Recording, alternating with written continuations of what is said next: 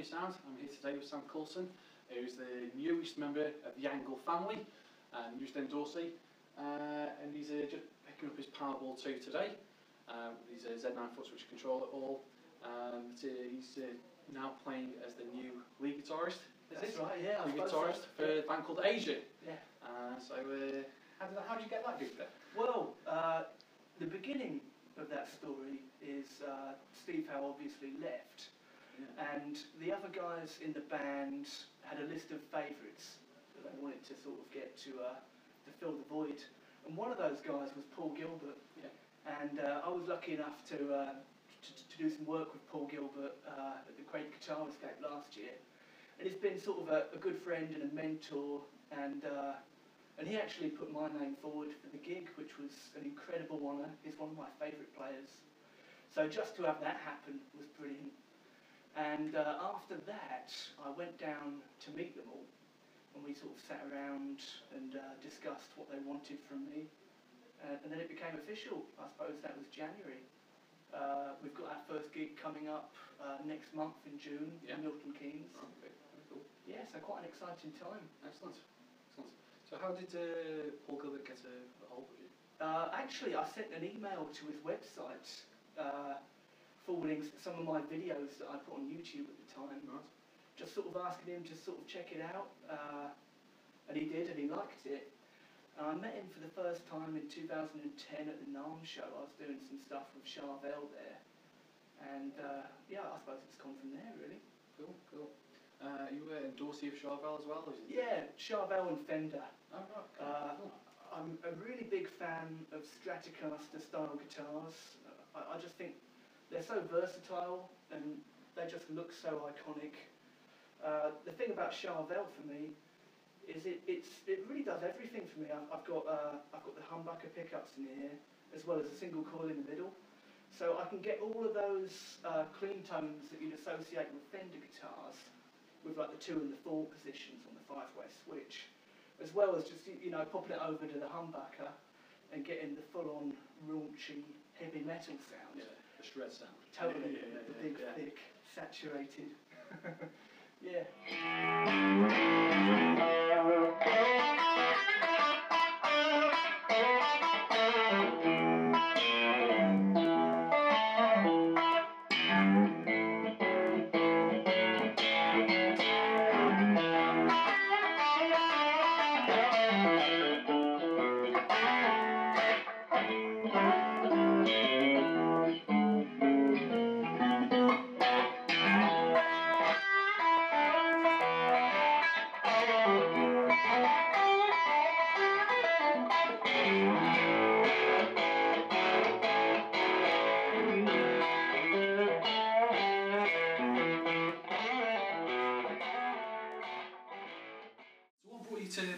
To the Engl?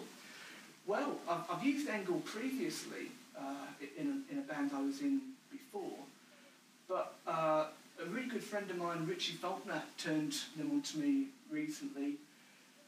He's been playing them on the road, and he's just been singing their glory with how reliable they are.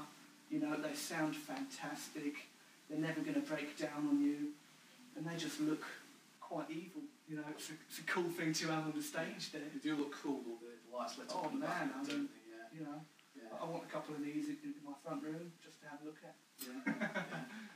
Cool, excellent. So you've picked the Powerball 2. Yeah. What would you say gave you that kind of decision to go for the Powerball 2 rather than any of the others? Was it mainly the sound? Was it the features? I think the versatility. Yeah. I think coming into today, I expected to walk away with the Retrotube, which I really love. The clean sound is amazing, and it does a really good sort of gain stage as well. And usually for me, I'm running a couple of pedals on the floor, so I usually get my lead sound with a distortion pedal rather than a third channel. So I thought that probably would have been the one for me. But just the features that you get on the Powerball 2 here, I think when it comes to the recording scenario, that's going to be a better tool to have in my camp. Yeah. I think the good feature about things like the Powerball 2 and also like the Retrotube and the Fireball is they do have the noise suppressor built in there as well. Of course. So when you're gigging live, Yeah. you don't get kind of that awful hum and hiss that comes through on the gain channel, which can. Yeah. What do you think of the brightness? Because you quite like that, didn't you? Because it kind of resembled another brand amplification, didn't it? Yeah, totally. I think that's the beautiful thing about it. It does so much more than what you'd get in a simpler amplifier. You've got way more controls to change it to sort of any kind of sound that you want, and the clean sounds are just fantastic on this amp. Yeah. I really approve. Yeah. We tried the crunch channel as well, didn't we? We did, and that does the AC/DC thing really well. Yeah. Yeah, for sure. I think that would be really good for riffing out with Asia.